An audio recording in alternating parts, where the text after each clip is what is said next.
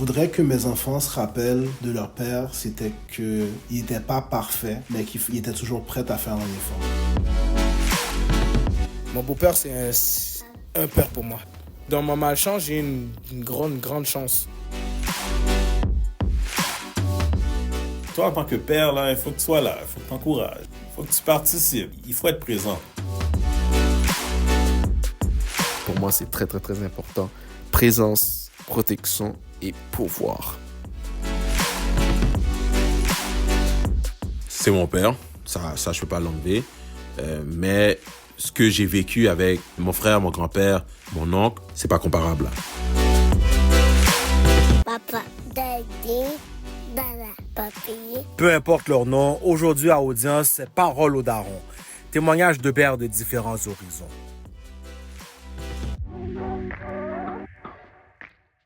Dans l'épisode précédent, on a rencontré Hervé, père de 2 jeunes enfants. Hervé nous expliquait comment, pour lui, la paternité a commencé par une introspection. Écoutons-en plus. J'ai dû passer par un questionnement. Je me dis, la société, on dirait qu'elle a toujours été faite en fonction de le pattern à suivre. C'est tu vas à l'école, tu as ton diplôme, tu as un emploi, tu te maries, tu as la maison, tu as des enfants par la suite. J'ai eu l'occasion, après mon mariage, justement, ma femme et moi, on a passé 4 ans à essayer d'avoir notre premier enfant. Puis, c'est durant 4 ans d'essai, c'est là que j'ai commencé à me poser des questions. Est-ce que c'est parce que je ne devrais pas d'avoir des enfants? Est-ce que c'est pour ça que j'en ai pas? En tant que chrétien, tu te dis, un enfant, c'est une bénédiction. Donc, si j'en ai pas, est-ce que c'est parce que je suis pas supposé en avoir? Qu'est-ce qui fait en sorte qu'il me bloque? J'ai dû me poser des questions sur le type de personnalité que j'avais. Puis c'est là que je me suis rendu compte que j'avais des faiblesses en fait, au niveau de mon caractère, soit trop colérique, impatient. Puis c'est là que je me suis commencé à me poser des questions aussi de où est-ce que ça venait. Puis pourquoi est-ce que je voulais pas répliquer ça par la suite si j'avais des enfants. Fait que je me suis rendu compte que oui, je voulais des enfants, mais que fallait que je travaille sur moi-même avant d'avoir des enfants. Fait que la réponse c'est j'en ai pas. Je pense que c'est un travail de vouloir en avoir et de savoir pourquoi j'en voulais aussi. Je peux te dire, moi, la raison pour laquelle je suis impatient, c'est parce que justement, je répétais des choses que j'ai vues. Comment mon père réagissait à certaines situations. Puis je me suis rendu compte que je réagissais de la même façon. Exemple, mon enfant jette son verre de lait. Comment est-ce que je vais réagir? Est-ce que je vais péter une cosse? Est-ce que je vais comme, ok, c'est correct, t'as pas fait exprès, t'es un enfant, c'est normal. Mais c'est là que je me suis posé des questions de comment est-ce que je peux m'arranger pour ne pas répliquer ça dans ma vie de père, de mari.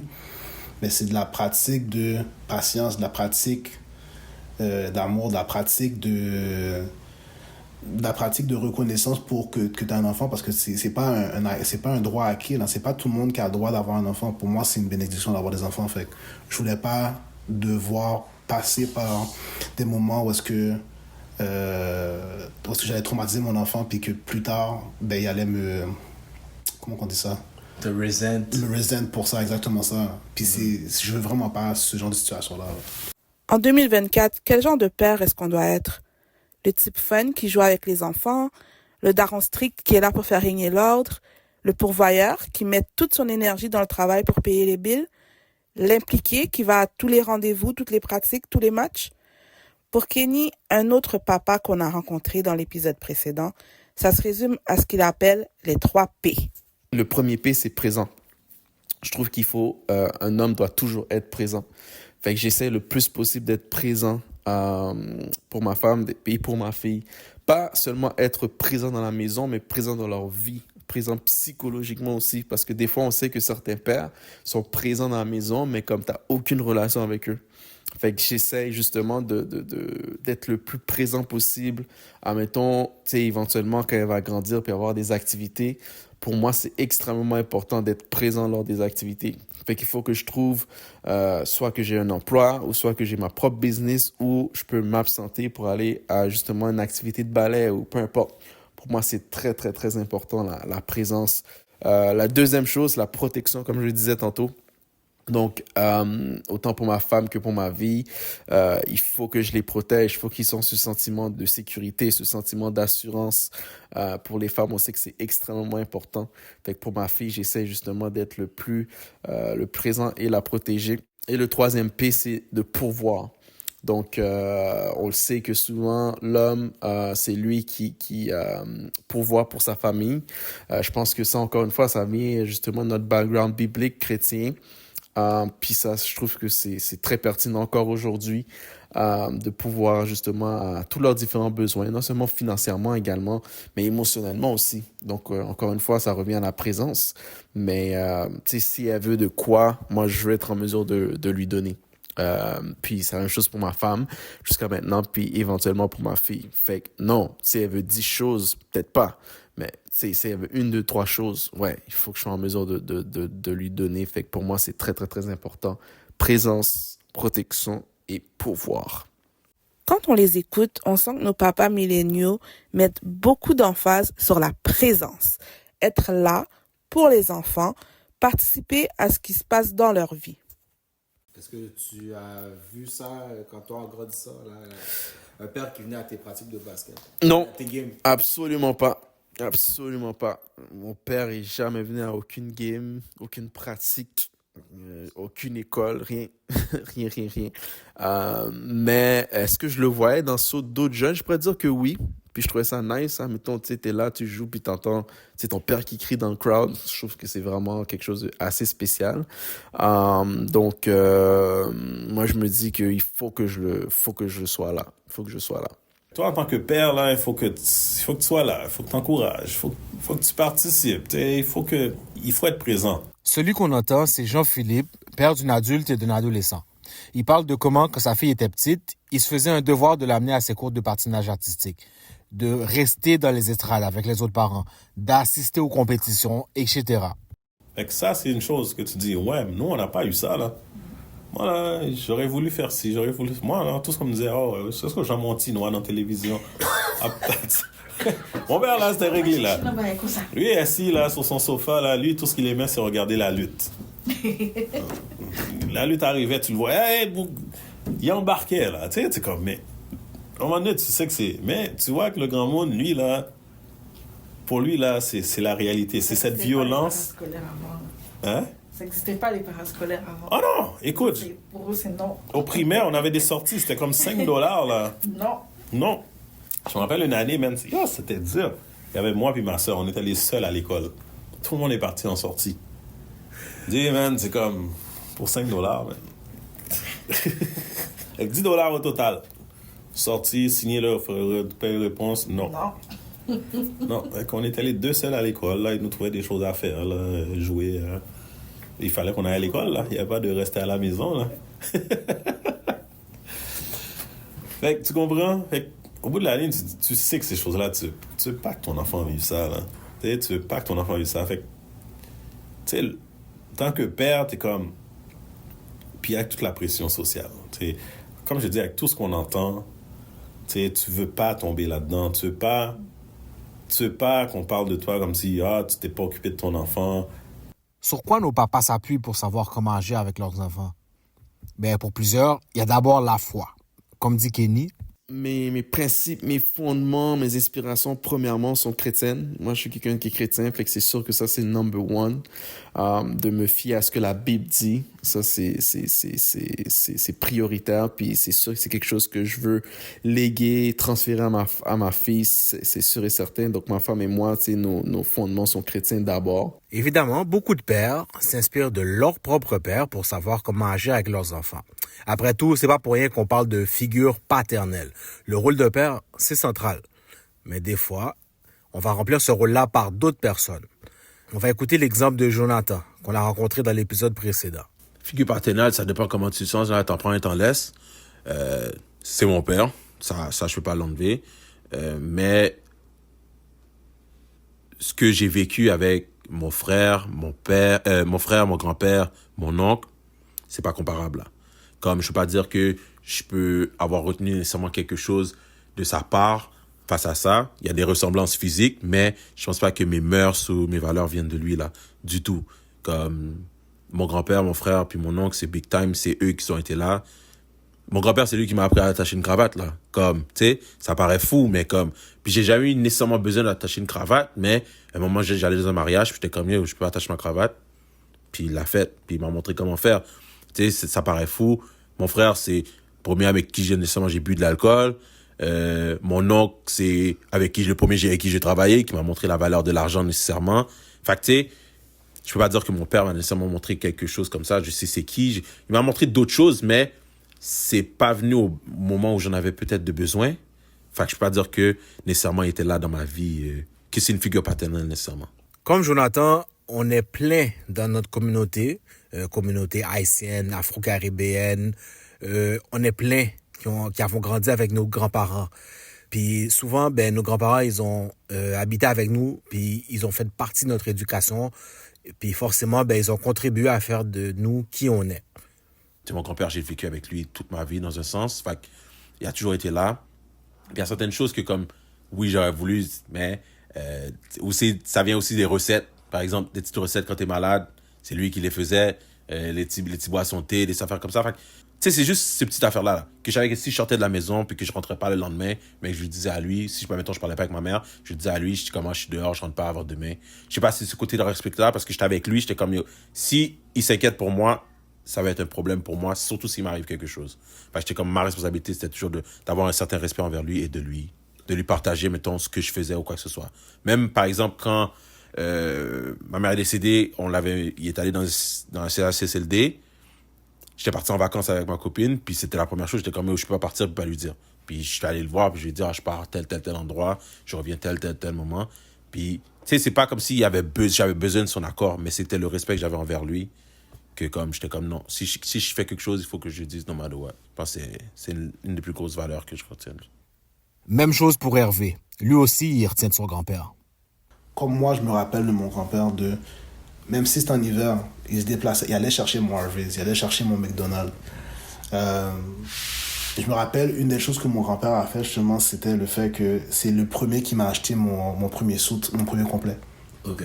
Puis c'était pas un suit, on va au Walmart, puis c'est un complet déjà fait. Non, c'était fait sur mesure, chez un Italien, avec du bon tissu, là. Fait que, tu sais, c'était le genre de personne que, OK, je veux que mes petits-enfants soient confortables et je veux qu'ils paraissent bien. Fait que, moi, c'est la même chose que je veux pour mes enfants. Je veux qu'ils aillent bien, non seulement physiquement, mais émotionnellement. Fait que je veux qu'ils se rappellent que je vais toujours faire l'effort pour que cet aspect-là de leur vie, que ce soit leur confort physique ou émotionnel, ils vont l'avoir avec moi. En plus de leur grand-père, nos papas s'inspirent de plusieurs autres figures paternelles qu'ils ont vues. Puis autant dans la vie qu'à la télé. Encore une fois, Jonathan. Ouais, je te dirais... Ça paraît peut-être farfelu, mais comme les TV shows, les différentes séries que tu peux avoir regardées, là, on va dire Fresh Prince, comme les mœurs, c'est les choses que Dr. Phil pouvait donner à Will ou à ses enfants aussi. Fait que t'es comme, OK, je pourrais dire aussi mon grand-père, mon oncle Marquez, comme... Oui, c'était pas, mettons, mon oncle Marquez, j'étais pas tout le temps avec lui, mais il y avait une manière d'élever ses filles. Fait que t'étais comme, OK, tu peux aller chercher certaines choses de son côté. Je voyais, OK, comment il travaillait, mais tu savais pourquoi il travaillait autant. C'était pour pouvoir donner le mieux à ses enfants aussi. Sa femme aussi, on s'entend, mais le fait d'avoir 4 enfants, 4 filles, tu travailles encore plus fort aussi pour pas qu'ils soient nécessairement eux dépendants. Puis comme c'était dans ses discours, mon grand-père aussi, il était 12 enfants. C'est quand même fou pareil. Puis le fait d'être venu ici, fait que t'es comme, OK. La manière qu'il gérait soit ses enfants dans un sens, comment il communiquait avec elle, ou comment il pouvait lui-même gérer comme son comportement en tant qu'homme, comme figure paternelle. Je trouve qu'ils ont beaucoup marqué. Je te dirais que mon frère aussi, à un certain moment aussi, la discipline qu'il pouvait avoir avec ses enfants, l'encadrage qu'il essaie de lui donner aussi. Fait que t'en prends et t'en laisses aussi. On s'entend que chaque enfant n'est pas pareil, donc chaque famille non plus n'est pas pareil. Fait que c'est là que je dirais que j'ai pris le plus d'inspiration. Des figures paternelles dont on ne parle peut-être pas assez, les beaux-pères. Il y a plein de gars qui élèvent des enfants, qui leur inculquent des valeurs, qui se dévouent pour eux, même s'ils n'ont pas le même sang. Puis eux aussi, c'est des sources d'inspiration. Exemple, le beau-père de Jérémy, un autre des papas de notre épisode précédent. Pour de vrai, là, sans exagérer, c'est là que je dis que Dieu est vraiment grand parce que il y a beaucoup de gens qui chialent parce qu'ils n'ont pas eu de père. Comme un peu moi, j'ai pas eu mon père biologique. Mais, grâce à Dieu, j'ai eu mieux que ça. Genre, no disrespect, genre, comme je parle avec mon père encore, on se parle. Mais comme, souvent je parlais de ça, genre, sûrement s'il aurait été là aussi, genre, toute ma vie, ben, j'aurais pas été l'homme que je suis non plus, comme, du sens, je suis devenu un homme, là. Je trouve que j'ai des bonnes valeurs et tout, grâce à mon beau-père. Tu comprends? C'est lui qui m'a fait comprendre vraiment la vie, genre. Puis qui me l'a montré, genre. Regarde-moi faire. Regarde. C'est pour ça aussi que je me considère comme un bon papa. Parce que je prends des bonnes décisions. Parce que j'ai vu un homme le faire. Prendre des bonnes décisions. Pour mettre la vie de ses enfants first. Comment je peux dire? C'est ça. Il a mis ses valeurs en place. Puis ça a toujours bien marché. Tu sais, moi, je suis un des enfants heureux. Bonne valeur. Comme quand je foire, j'ai foiré moi-même parce qu'on m'a bien appris. Mais ouais, mon beau-père, c'est un père pour moi. C'est mon père pour moi, quasiment. Il n'est juste pas biologiquement parlant mon père, mais... En fait, je suis très chanceux. Dans ma malchance, j'ai une grande chance. Très, très grande chance parce qu'il a changé la vie de ni moi, quand même mon petit frère, ma mère. On a eu peur, là. Est-ce que vous voyez la même chose que moi? On dirait que peu importe si ton père était là ou pas, ça détermine le genre de père que tu vas être. Parce que soit ton père était pas là quand tu étais petit et tu veux lui ressembler ou pas du tout, ou bien soit il était pas là puis toi non plus t'es pas dans la vie de tes enfants, ou tu veux absolument pas faire comme lui. Checkez Jérémy. Mon père, moi, il était pas vraiment là, mais malgré ça, je le voyais quand même comme Superman. Je voulais toujours être avec lui. Dans le fond, live, qu'est-ce que je fais? Je me sers de ça avec mon fils, genre. Je vois comment il me colle partout et tout. Comme, je lui donne ce sentiment-là. Je suis là. Je t'emmène partout. Tu comprends? Mais je suis toujours là, genre. On est toujours ensemble. Comme, je veux qu'il vive. Comme ça, au moins, si à un moment donné, genre, comme tu fais là, tu me poses des questions, rendu où est-ce qu'à mon âge, je vais pouvoir voir est-ce qu'il y a une différence pour de vrai. Est-ce que c'est moi qui voulais juste que mon père soit là ou bien une différence là pour de vrai, genre dans comment mon fils va être, penser, agir, le fait que je suis là. Jean-Philippe le dit carré, il voulait absolument pas faire comme son père. Tu sais, un papy de la vieille école qui donnait plus facilement des corrections que de l'attention. Vous voyez le genre. Jean-Philippe nous explique que ça l'a amené à tout faire pour être dans la vie de ses enfants, même se battre en cours. On va d'ailleurs en parler plus en détail dans un autre épisode. Mais pour l'instant, voici l'origine de son acharnement. Moi, j'avais pas de relation avec mon père. OK? Mon père, jusqu'à aujourd'hui, il est vivant, puis on n'a pas de relation. Parce que, pour te dire, de là est parti mon rôle de père, c'est de dire que moi, je voulais offrir à mes enfants ce que j'ai pas eu. OK? De là, tous mes combats, ça part de là. Ça part de la relation avec mon père. Que mon père, lui, est arrivé ici dans les années 70. OK? Puis moi, je suis né en Haïti. Puis ensuite, on est rentré au Canada. Mon père, il travaille de nuit. Il travaille de soir. Puis on n'a jamais vraiment eu de relation. Tu sais, je suis arrivé à 8 ans. J'ai vécu avec ma mère. J'ai 4 sœurs. J'ai pas de frère. Fait que de là, je suis déjà démuni. J'avais pas de modèle vraiment. Fait que j'ai grandi dans mon coin pendant longtemps. Mon père, là, oublie ça. C'est pas la personne que tu vas appeler si tu as des problèmes. Parce que tout ce qui t'attend, c'est un bâton. Ne le dérange pas. Parce que lui, il travaillait le soir, puis tu voulais juste pas le déranger, là. Il fallait pas que l'école appelle pour qu'il manque une journée de travail, whatever, pour aller à l'école pour toi. Oublie ça, là. Tu comprends? La relation avec papa, là, ça n'existait pas.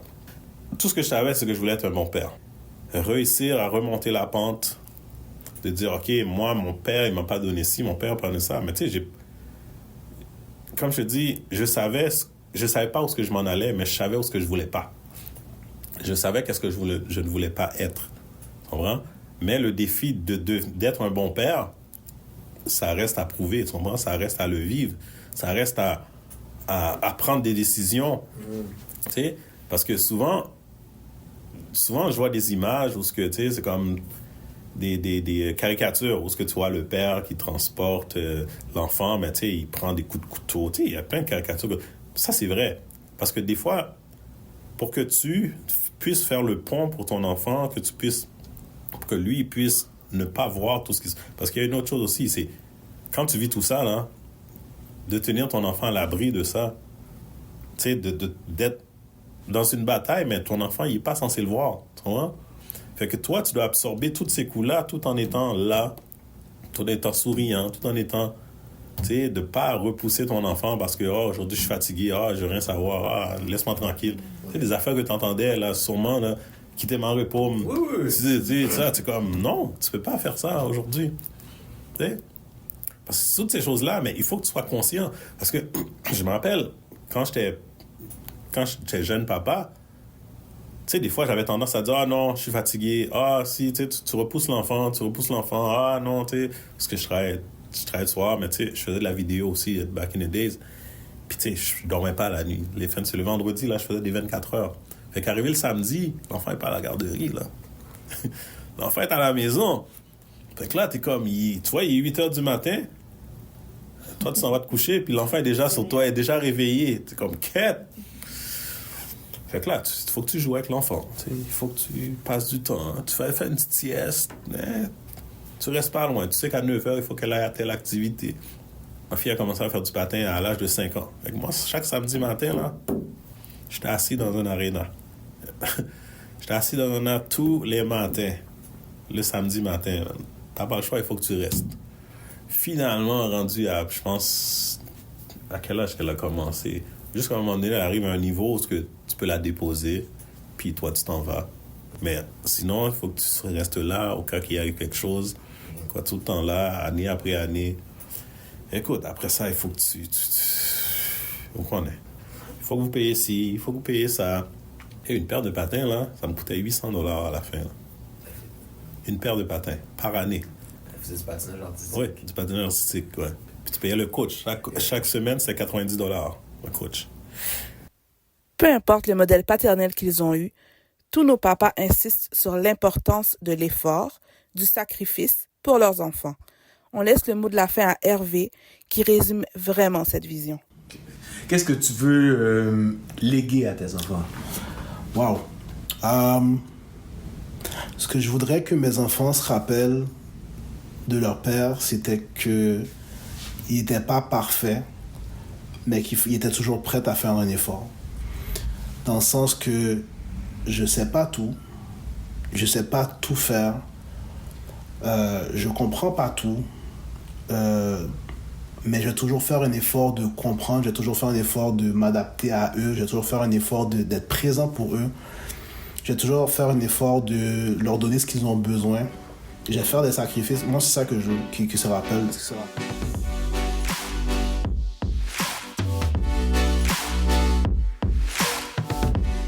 Vous venez d'écouter Audience, écrit et réalisé par Christina Dabel et Ralph Benet-Sanon.